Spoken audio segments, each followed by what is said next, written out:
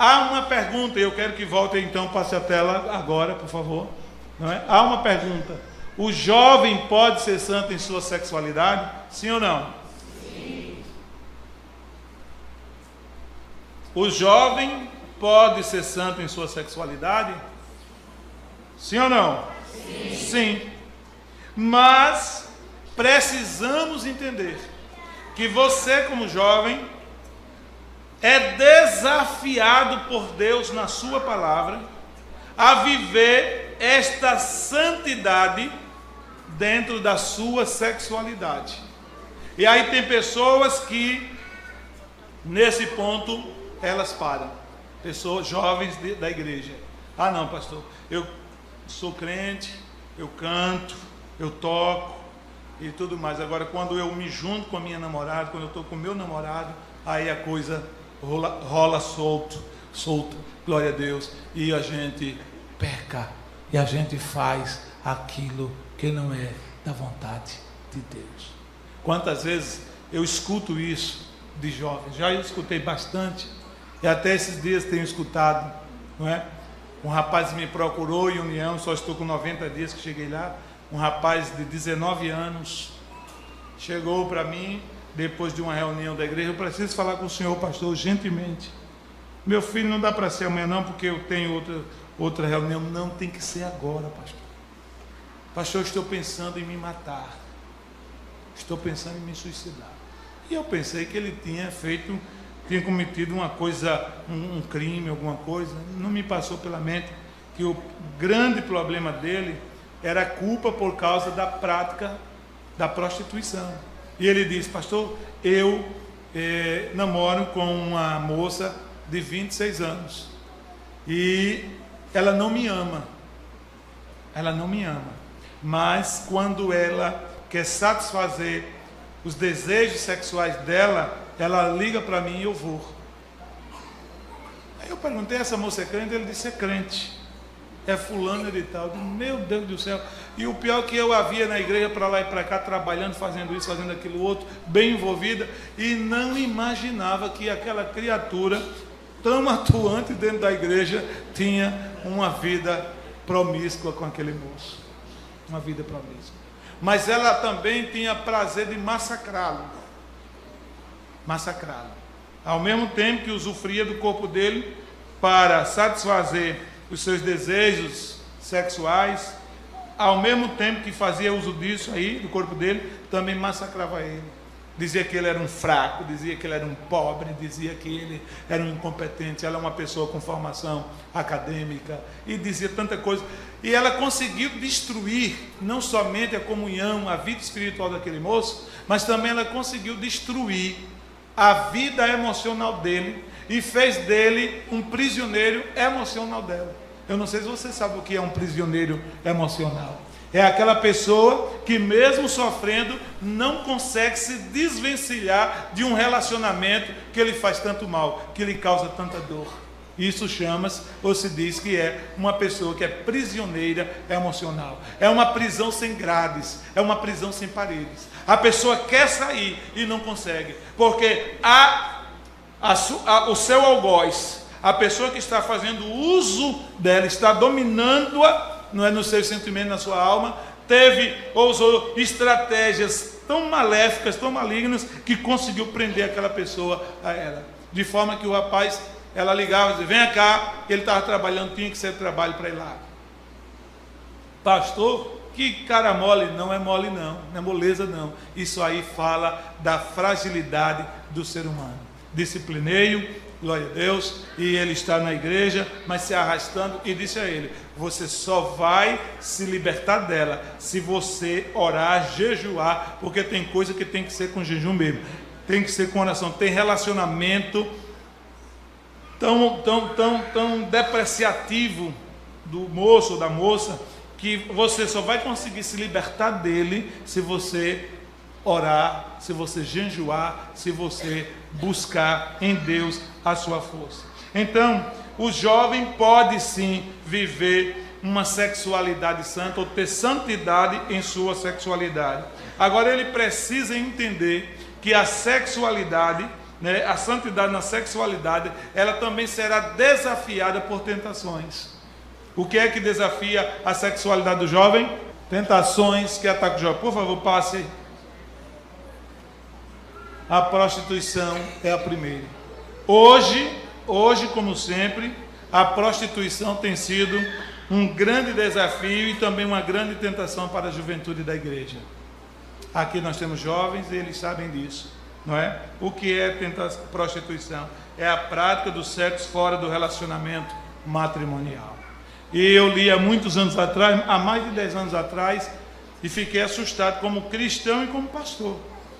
Uma revista uma revista evangélica, que hoje não é mais publicada, a revista Vinde, ela trouxe um dado alarmante. Foi feita uma pesquisa entre os jovens evangélicos, isso há cerca de 15 anos atrás ou mais, e foi descoberto que de 70% a 90% dos jovens tinham algum tipo de relacionamento sexual. Porque relacionamento sexual não é só quando há uma junção das duas genitálias, da genitália masculina com a genitália feminina, quando há uma prática real do sexo. Quando há carícias, há prostituição. Carícias profundas, carícias que tocam partes íntimas, partes que não podem ser tocadas antes de ser celebrado o casamento. Há prostituição quando compartilha fotos. As pessoas compartilham fotos, mandando fotos suas, nuas, para outra pessoa. Há prostituição quando você tem um linguajar, uma conversa picante, uma conversa que não é natural, não é comum entre jovens solteiros. Eu estou falando de jovens de igreja, eu não estou falando da bagaceira lá do mundo, não. Eu estou falando da gente aqui de dentro. Então, quando você toca no seu namorado, ou quando você se deixa tocar por ele, nas suas partes íntimas, no toques sensuais, quando você usa roupas, não é, que chamam a atenção, ou roupas com um toque muito forte de lascívia, você está despertando a prostituição e está atraindo a prostituição para você. Então o jovem precisa pensar nisso. Um beijo na boca íntimo e demorado, pode levar o jovem à prostituição, mesmo sem ele ter o ato, fazer o ato sexual, mesmo sem o ato sexual, pode acontecer isso. Então hoje a prostituição está sendo uma prática generalizada, especialmente nessas igrejas, irmãos, jovens, nessas igrejas que surgiram mais recentemente, e aqui eu não vou dizer o nome de alguns para não ferir a sensibilidade de ninguém, não é? Mas as igrejas mais modernas, essas igrejas de jovens, eu digo porque já ouvi jovens da igreja, jovens da Assembleia de Deus, que foram para elas e depois voltaram. Pastor, não dá para ser crente lá não. Lá a coisa é pesada. Lá termina o culto, que na verdade não é nem culto, é uma verdadeira discoteca, é uma verdadeira boate. Termina o culto e cada um pega seu carro, sua moto e vai para onde quiser, para onde quer com a sua namorada. E tem casais de jovem, pastor, isso é fato comprovado, que sai da igreja, vão para motel, sai da igreja e a moça vai dormir na casa do rapaz, o rapaz vai dormir na casa da moça, numa boa, sem nenhum problema, e no outro dia, no outro culto, está todo mundo lá com as mãos levantadas, as lágrimas descendo, as luzes piscando e tudo mais. Mas eu sou pastor de igreja há 29 anos, e eu quero dizer que não é só nessas igrejas que está acontecendo essas coisas, não. Vez por outra a gente também encontra casos dessa natureza dentro da nossa igreja. Não estou me referindo a esta igreja, eu estou me referindo à nossa igreja no contexto geral. A igreja, a Assembleia de Deus cresceu muito, a juventude é muito grande na igreja, então nós encontramos jovens que lutam pela santidade, jovens que querem ser santos, jovens que querem se manter puros, mas ao mesmo tempo nós encontramos jovens que não têm nenhum critério em relação à santidade e à pureza sexual. E aí vivem na prática do sexo abertamente, e até postam nas internets da vida, e até compartilha com amigos, e até conta as aventuras sexuais, não é? Nos grupinhos da igreja. E eu lamento também porque tem muito pai que fica de boca aberta, E eu louvo a Deus porque tem pais aqui me ouvindo nesta noite.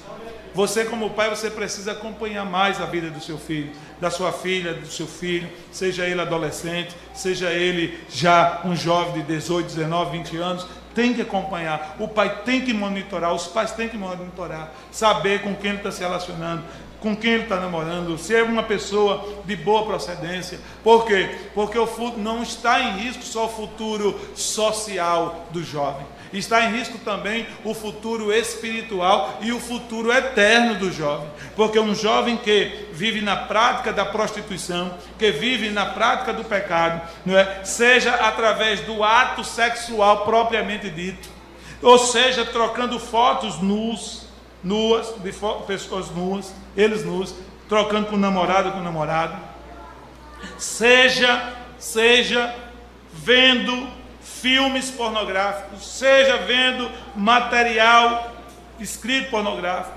Você chega nas livrarias, tem bancadas inteiras, livrarias seculares, com capas, as capas dos livros bastante atraentes, de romances tórridos, como eles dizem, romances que do início até o fim é só prostituição, é só sexo. A história de alguém que é contado, de casais ou de um casal, que é contado em forma de romance, e quando você termina de fazer a leitura, quando a pessoa termina de fazer a leitura desse tipo de literatura, desse tipo de livro, a pessoa está excitada e com a cabeça cheia de ideias para pecar na primeira oportunidade que tiver, não é? Então você precisa, jovem, abrir os olhos para essa questão.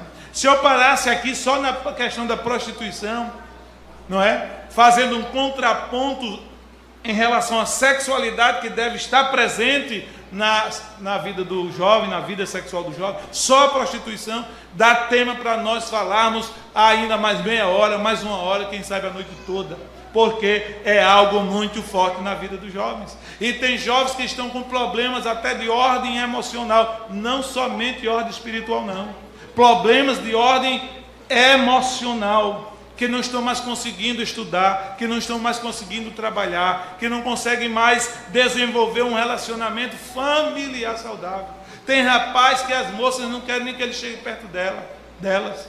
Por quê? Porque se espalhou a fama dele. E pasmem vocês, eu vou usar uma linguagem forte aqui, mas é verdade o que eu vou dizer.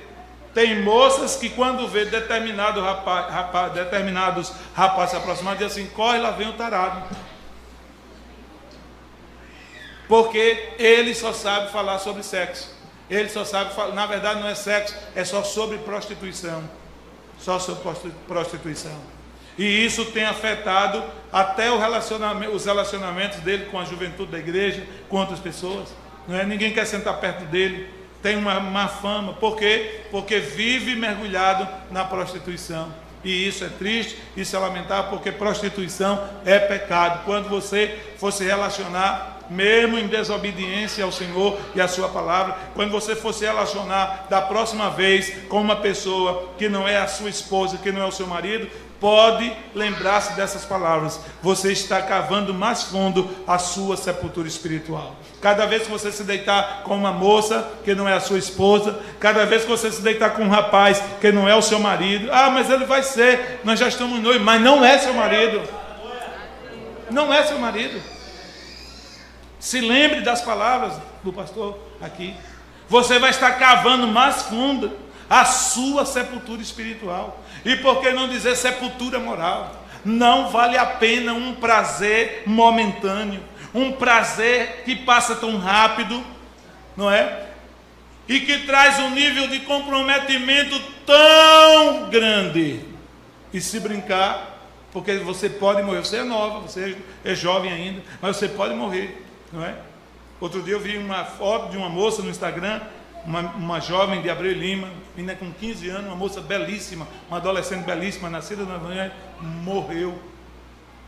Estava lá divulgando a foto dela e o pastor dela pedindo as orações por seus pais. Morreu, 15 anos, com todo o vigor da juventude, com todo o futuro pela frente. Você também pode morrer. Pastor, vira essa boca para lá. Não vou virar não, eu vou virá-la na sua direção. você pode também morrer, eu também posso morrer repentinamente, e nós precisamos estar em paz com Deus, com a nossa consciência. Glória a Deus. Quando o Senhor nos chamar, nós precisamos chegar à presença dele, ou na presença dele. E a prática do pecado sempre vai afastar o homem de Deus, sempre vai afastar o homem do seu Criador. Você está entendendo? Diga amém.